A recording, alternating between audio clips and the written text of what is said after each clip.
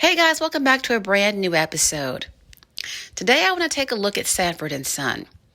Sanford and Son was the brainchild of Norman Lear and Bud Yorkin. Of course, Sanford and Son comes from the British TV show Steptoe and Son. Now, around 1971, Norman Lear and Bud Yorkin decided that they were going to revamp Steptoe and Son and bring it to the U.S. and cast an all African-American cast in the show. Now, Sanford and Son, still a very beloved TV show after all of these years, still has a very loyal following, a very large following, and it is one of my all-time favorite TV shows. Now, Norman Lear saw Red Fox in the film Cotton Comes to Harlem, which was released in 1970. Red Fox portrayed Uncle Bud, and in my opinion, he made the film. His role was not very big in that movie, but he definitely brought a lot to that film, in my opinion. He was the best thing about it, to me. Every scene that he was in, he absolutely captured everyone's attention. He was so good in that film that Norman Lear wanted him to be the star of Sanford and Son. Now, Red Fox had been around for a while. He had been in, comedy for quite some time. He had done all of those party albums in the 50s and 60s. So he was not, a brand new star. But Sanford and Son, of course, turned him into a household name very quickly.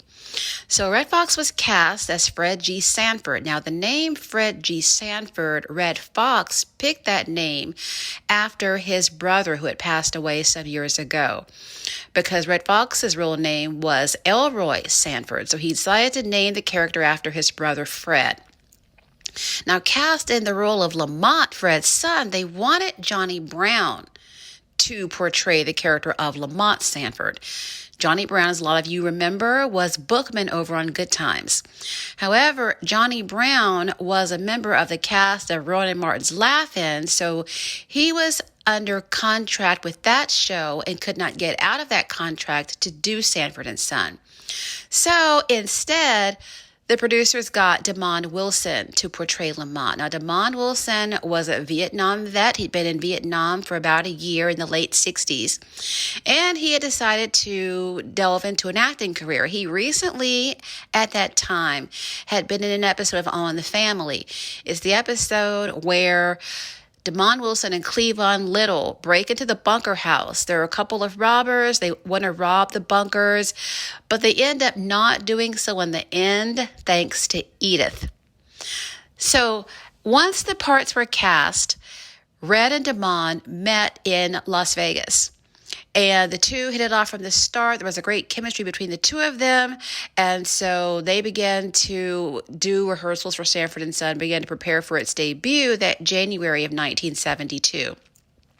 The show, of course, was a had a mid-season entry on TV, and literally overnight, Sanford and Son became extremely popular. It was a hit right out of the gate, and as time went on, its popularity just continued to climb. By the end of the 1972-73 season, Sanford and Son was the second highest-rated show in the country, right after All in the Family. Sanford and Son, of course, about Fred and Lamont Sanford. Fred Sanford, of course, and Lamont, they own a junk business. They live in L.A., and basically it's just about their lives, working in the business, their personal lives, and their relationship with one another. Now, Fred and Lamont, loved one another, but they did argue and squabble all the time. As a matter of fact, in the very beginning, Lamont was so disrespectful to Fred that they went to the producers and complained, Red and Damon. They said that there's just no way that Lamont should be this disrespectful to his father. And I'm glad that they did that, because early on, Lamont was really incorrigible to Fred. And it wasn't funny. So they were really taking the chance of pretty much sabotaging their own show by having it go in that direction. So they, of course, made some changes, and Fred and Lamont, developed a much better relationship. I mean, Lamont still had his times of going off on Fred. Fred was shysty where Lamont was concerned. Really liked to keep Lamont to himself a lot. He really didn't like to share him with anyone. He didn't like any of his friends, like remember Rollo and Julio. Didn't really like him going out on dates. He really liked Lamont to just be at home, eating dinner with him and watching TV. And of course, just talking about what was going on within the business. Fred, of course, was a widower, been a widower for a long time. He, of course, he ended up, getting engaged to Dawn Harris, but he also dated other women on the side. And of course, he had his friends over all the time, Melvin, Grady, Bubba, Leroy, Skillet. But, it was fine for him to go on dates and to have a fiance and to have his buddies and go down to the pool hall. But he wanted to keep Lamont as close to him as possible. So anyway, Sanford and Son, one of my all-time favorite TV shows. Some of my favorite episodes are the Card Sharps. That was the time when Lamont was playing poker with Arthur Matthews' son Skeeter and his friends, and got played, and Fred stepped in and saved the day. Of course, there's also the episode titled Fred and Donna and Fred and Carol, when Fred was stepping out behind Donna's back with a lady named Carol that he just met. Also, later on down the road, there was the episode where Lamont got the traffic ticket. Fred went and defended him in court. That one is called Fred Sanford Legal Eagle. There's also the episode where Fred and his cronies had the party, and they invited Fast Fanny, and in the end, Lamont got them all drunk, and they fell asleep before Fast Fanny and her girlfriends arrived. So Sanford and Son was... it was comedy gold, and it turned huge stars into both Red Fox and Damon Wilson, turned them both into very wealthy men. And Sanford and Son, of course, like I said, extremely successful, extremely popular. Red Fox actually won a Golden Globe for his portrayal of Fred Sanford. However, the behind the scenes of Sanford and Son was definitely not without drama. Now, by the 1973-1974 season, Red Fox was itching for a raise. He also was itching for some other changes. He wanted a rehearsal hall with windows. He wanted a golf cart to be able to travel back and forth through the halls and the corridors of NBC. And he just was not a happy camper. He kept saying that, All in the Family had 4 leads. Sanford and Son only had 2 leads. And he wanted some serious changes made. Of course, Norman Lear, Bud Yorkin, basically not listening to his demands. So Red Fox walked off the show for the rest of the season. If you remember, for the rest of the season, Fred was off in St. Louis visiting his family, and Grady stepped in to take care of the house, to run the yard, and to also look after Lamont. Now, this, of course, was very problematic behind the scenes.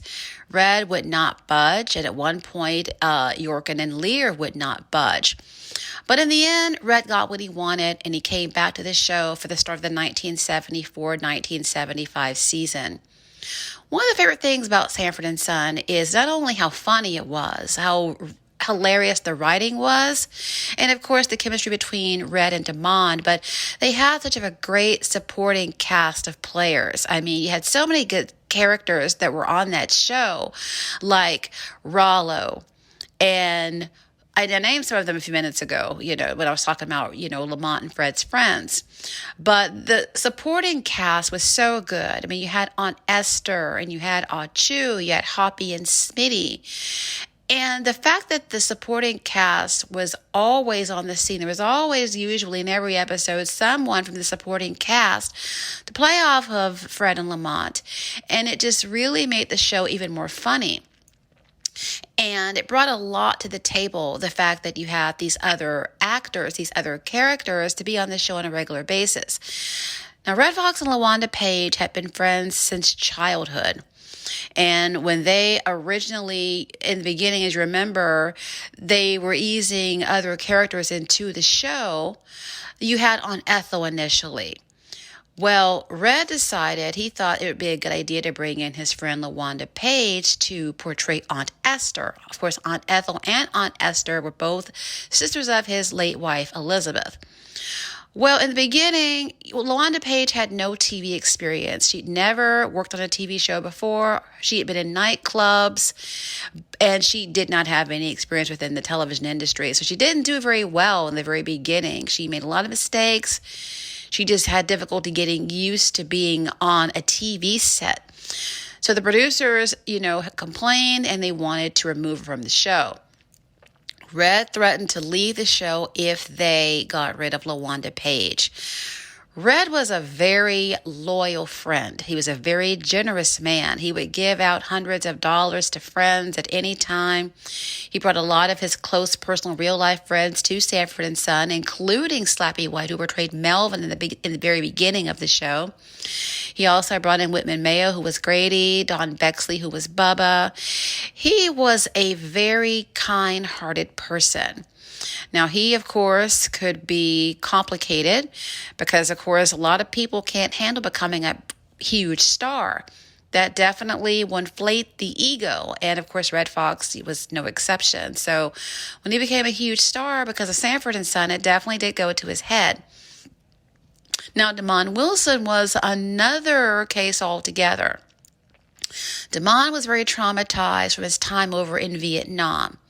He was there for a year between 1969 and 1970, and he encountered and saw and experienced so much that caused him to develop a serious anger issue. He had very serious problems on the set when it came to his anger. When he felt that he was being disrespected in any kind of way, he would blow up. He would blow a fuse and have a conniption. It got so bad at times that Red Fox would literally take him off of the set, and the two would go riding in Red's truck until he calmed down. He would just basically listen to Damon, and he would tell him all the while that you're going to be okay, you're going to be fine, you're going to get past this. So the two were very close friends in real life. They did not have a father and son type relationship. They were more like brothers. And Damon Wilson, by the way, has written a really great book about his time on Sanford and Son called The Second Banana. And the book is out of print, unfortunately. It is available on eBay and Amazon, but it's very expensive. Now, I saw a copy for like about $60 or something, so I have not bought this book, but I would love to read it because there's so much he talks about. Like, he talks about when Lena Horne guest starred on the show in 1972. She actually guest starred around his birthday, and he talks about what a really terrific experience that was working with her, what a gracious guest star that she was. So he no doubt has a lot to share about his time on the show. Speaking of Damon Wilson, by the 1975-76 season, Damon Wilson also wanted a raise. If you remember, there are some episodes where Lamont is in Tijuana. Well, in actuality, Damon Wilson was on strike. He had left the show because he too wanted a raise. Now, he too got the raise, and of course, he came back on set, came back to the show, and everything was back to normal. By the 1976-77 season, the ratings began to drop a little bit. Sanford and Son was always a top 10 show, always in the top 10, even when Red Fox was gone and Whitman Mayo was in his place. The ratings did dip a little bit, but not too bad. Because Whitman Mayo did have a great chemistry with Damon Wilson and, of course, all of the other characters on the show. So he was good at keeping it afloat while Red was out. But Sanford and Son was always a rating success, always a big hit, always won its Friday night time slot. But by the sixth season, the ratings did begin to dip just a little bit. I think that Donnie and Marie over on ABC began to kind of cut into Sanford and Son's ratings a little bit because Donnie and Marie was being aired opposite Sanford and Son and Chico and the Man. And so I think that's why the ratings dropped a little, but it was still one of the most successful shows over on NBC. And it was to be renewed for a seventh season for the 1977-78 season. But by that time, Red Fox was tired of taking orders from the producers. He felt disrespected. He felt as though he was not receiving the treatment as other actors on hit TV shows like Carol O'Connor on All in the Family, Alan Alda on MASH. So he left the show this time for good. Now, here's what happened. Fred Silverman, who was ABC's president, I don't know how he and Red got together, but he offered Red a chance to star in his own variety show over on ABC. He said that Red would be in charge of everything about the show. He could basically run the show as he pleased, and it would give him a chance to do something different than being in a sitcom. He'd be his own man, and he basically would not be under anyone's authority anymore. Well, Red jumped at the chance, and that's why he left Sanford and Son. He wanted to go and run to this brand new variety show, but what he wasn't thinking about was that by 1977, variety shows were not what they once had been. Variety shows were beginning to kind of lose their edge, and they were starting to kind of fall off a little bit. We still had Sonny and Cher. Sonny and Cher had come back, and they had their variety show on. Of course, I mentioned Donnie and Marie. The Carol Burnett show was still on, but it wasn't like it had been just a couple of years earlier, like let's say as of 1975. So Red left the show. He did not tell Damon Wilson anything about what he was doing. Damon found out through a third party that Red had left the show and that the show was basically over. He, of course, very disappointed, very angry and hurt by the fact that Red chose not to clue him in as to what he was doing, which makes sense because you and Damon have been together since the very beginning. You've been close friends. You've had each other's backs all this time. Why would you not tell him what you were doing? Why would you not let him know, your co-star and your friend know that you were leaving the show? Why would you not sit him down and tell him this either face to face or at least over the phone? Not a very smart thing to do. And of course, it definitely had an effect upon the two's relationship for the rest of Red's life. So Red starts the Red Fox variety show on the ABC in the fall of 1977. I remember watching it. No one else in my family watched it, but I did.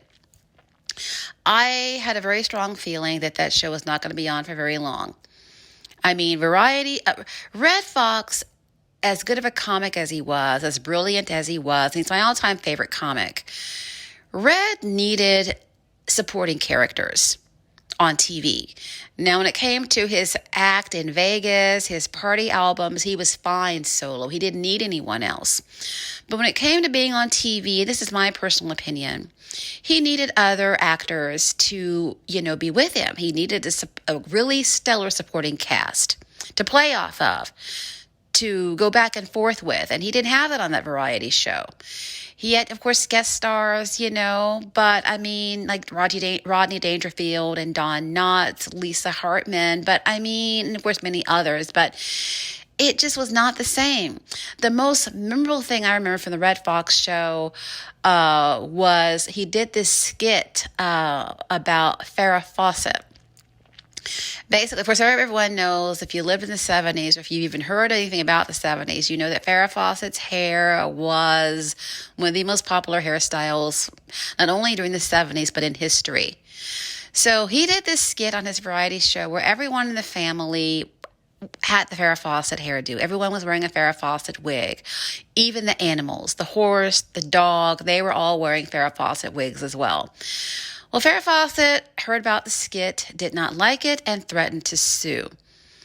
However, she said that she would not sue if she received an apology. What she received that apology, so she did not go forward with the lawsuit. But that's the only thing I remember about the Red Fox show was that particular skit. Nothing else about it was memorable. And I remember it came on Thursday nights. But there was nothing memorable about the show. It just was not funny. It was not a good fit for him. Variety and Red Fox just did not mix. And so by February of 1978, the show had been canceled. So he was without a show. Meanwhile, as for Damon Wilson, NBC realized how Sanford and Son was still very viable to the TV schedule. By that point, NBC was in third place. Didn't have a lot of hit TV shows on the network. They had Little House on the Prairie. They had Quincy, Chips. But it was struggling for, successful TV shows. So they did not want to lose Sanford and Son. So they offered Damon Wilson the opportunity to star on the show, to keep it going, with him being on the show, and of course keeping the, regular supporting characters as well. Kind of like when Red left the show in 1974, they offered him the chance to stay on the show. Well, Damon had a laundry list of demands. He wanted a huge, huge increase in pay. He wanted a really fancy Mercedes. He wanted all of this stuff. And so NBC just said, forget it. We'll just bring Sanford and Son to a close, and instead we'll try something brand new. What they tried to do was create Sanford Arms. Sanford Arms starred Theodore Wilson, and of course it also featured Lawanda Page and Don Bexley. Whitman Mayo was in an episode or two. Tina Andrews was cast also in the show. Basically, the premise was Fred and Lamont had moved to Arizona. Now, why so many TV shows sent their characters to Arizona, I don't know. When Florida got married on Good Times to Carl, they went to Arizona. And what's happening now, when Mrs. Thomas got married, she and her husband moved to Arizona. I don't know what the whole Arizona kick was about, but that's where they sent Fred and Lamont as well. So Fred and Lamont were off in Arizona, and you had a brand new manager for the Sanford Arms. And of course, that manager was portrayed by Theodore Wilson, best known as being Sweet Daddy over on Good Times. Tina Andrews, who was in an episode of Sanford and Son a couple of years prior, she portrayed Fred's niece Elizabeth, portrayed his daughter. And basically, it was just them and other, like I said, characters at the Sanford Arms. But Sanford Arms stayed on for, I think it lasted about a month. It just did not catch on with the viewers. It did not get an audience, and so it was canceled very quickly. I didn't even see Sanford Arms when it was on in its original run. I have seen a couple of episodes years later. BET was bringing Sanford Arms. And honestly, I couldn't connect with it either. So I can understand why it was so short-lived. But as for Damon Wilson, what happened with him after Sanford and Son ended, he went over to CBS and starred in the sitcom Baby I'm Back, along with Denise Nicholas. The premise was Damon portrayed the character of Ray Ellis. If I'm not mistaken, that was his last name. Ray left his family after, he was gone for 7 years. Left his wife, left his 2 kids, and all of a sudden, Baby, I'm Back. That's what the show was about. The show also starred Kim Fields as his daughter, Helen Martin as his mother-in-law. It was a good show. I liked it. We watched it over on CBS. But Damon and that temperament got the better of him again, because the show was not doing bad in the ratings. But here is why it ended so quickly. There was an episode that was to be filmed, and there was to be a guest star that was going to be on the show. I'm not sure who the guest star was, but it was an actress that Damon Wilson refused to work with. I don't know the actress's name. I read this somewhere online a couple of years ago because I never knew why that show ended so quickly. So I decided to do a little bit of research, and this is what I found out. Damon refused to work with the actress in question. Don't know why, but he left the set and refused to come back until the actress was replaced. Well, CBS had heard about Damon's antics over on Sanford and Son, over on NBC. They knew what a hothead he was. They knew how volatile he was and the temper that he had. They weren't dealing with that. So they canceled the show. That's why Baby I'm Back came to an end and was so short-lived. Now, of course, Red Fox went on to do other TV shows. There was a revival of Sanford and Son, simply called Sanford, because Damon Wilson wanted nothing to do with the show. You had Lamont living in Alaska working on the pipeline at that point. So Fred was on the show. It was just Fred, and he got a brand new partner to help him run the business, Cal, portrayed by Dennis Berkley. Sanford, not a bad show, but it just didn't have the magic of Sanford and Son. I've watched Sanford, but again, something was just missing. They did not have the supporting cast, the supporting characters that Sanford and Son had. I mean, Aunt Esther came back for an episode, as did Grady. Hoppy and Smitty were back. Rollo had come back for a bit.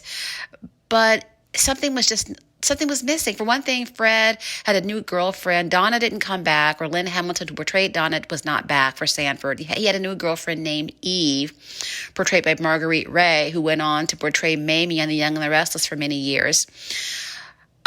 Eve was a rich lady, socialite who lived in Beverly Hills. They just didn't have the same chemistry as Fred and Donna had. So they decided to retool the show.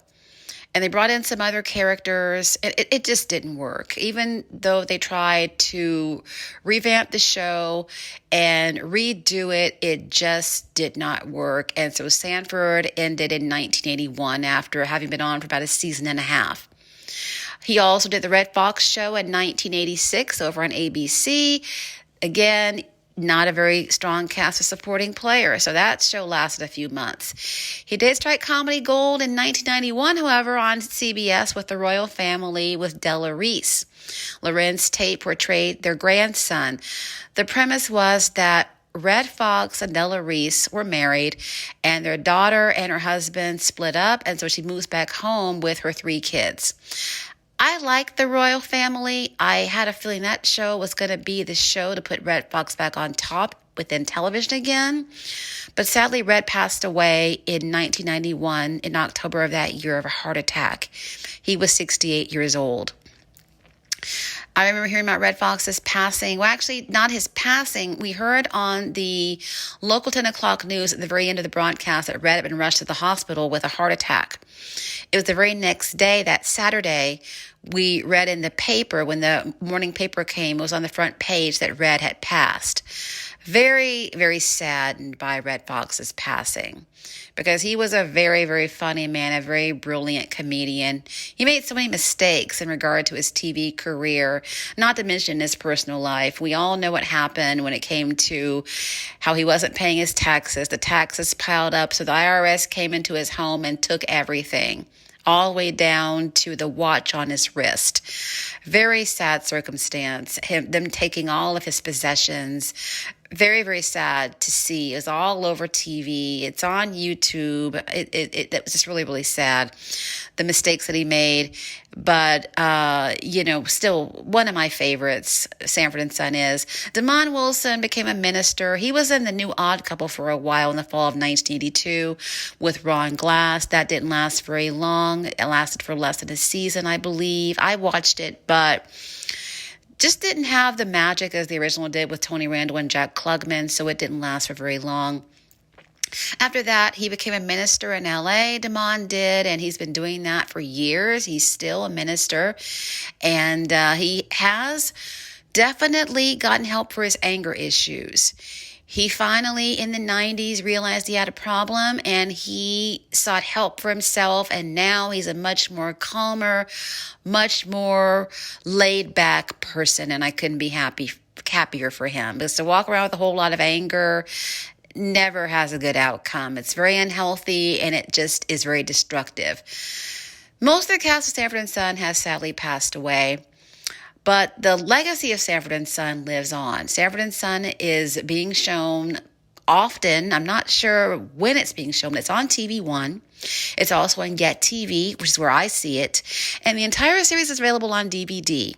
So you can definitely pick that up if you like. Sanford and Son, still, like I said, hilariously funny. Still has me in stitches every time I see it. Again, still making people laugh 50 years after its debut. So I want to come on and do an episode about Sanford and Son, want to share my personal thoughts, want to share some information maybe you didn't know about in regard to the stars of the show and the show itself. And again, I tell you, that's just one TV show I never get tired of. I watch that show and laugh at it as though I'm seeing it for the very first time. So again, so excited, so happy to be able to do this episode and to share it with you all. And by the way, please subscribe to my YouTube channel, subscribe to my podcast. I really would appreciate the support. And thank you so much for listening. Thank you for your time and for joining me for this episode today. And until I'm back with something brand new, I'll see you next time.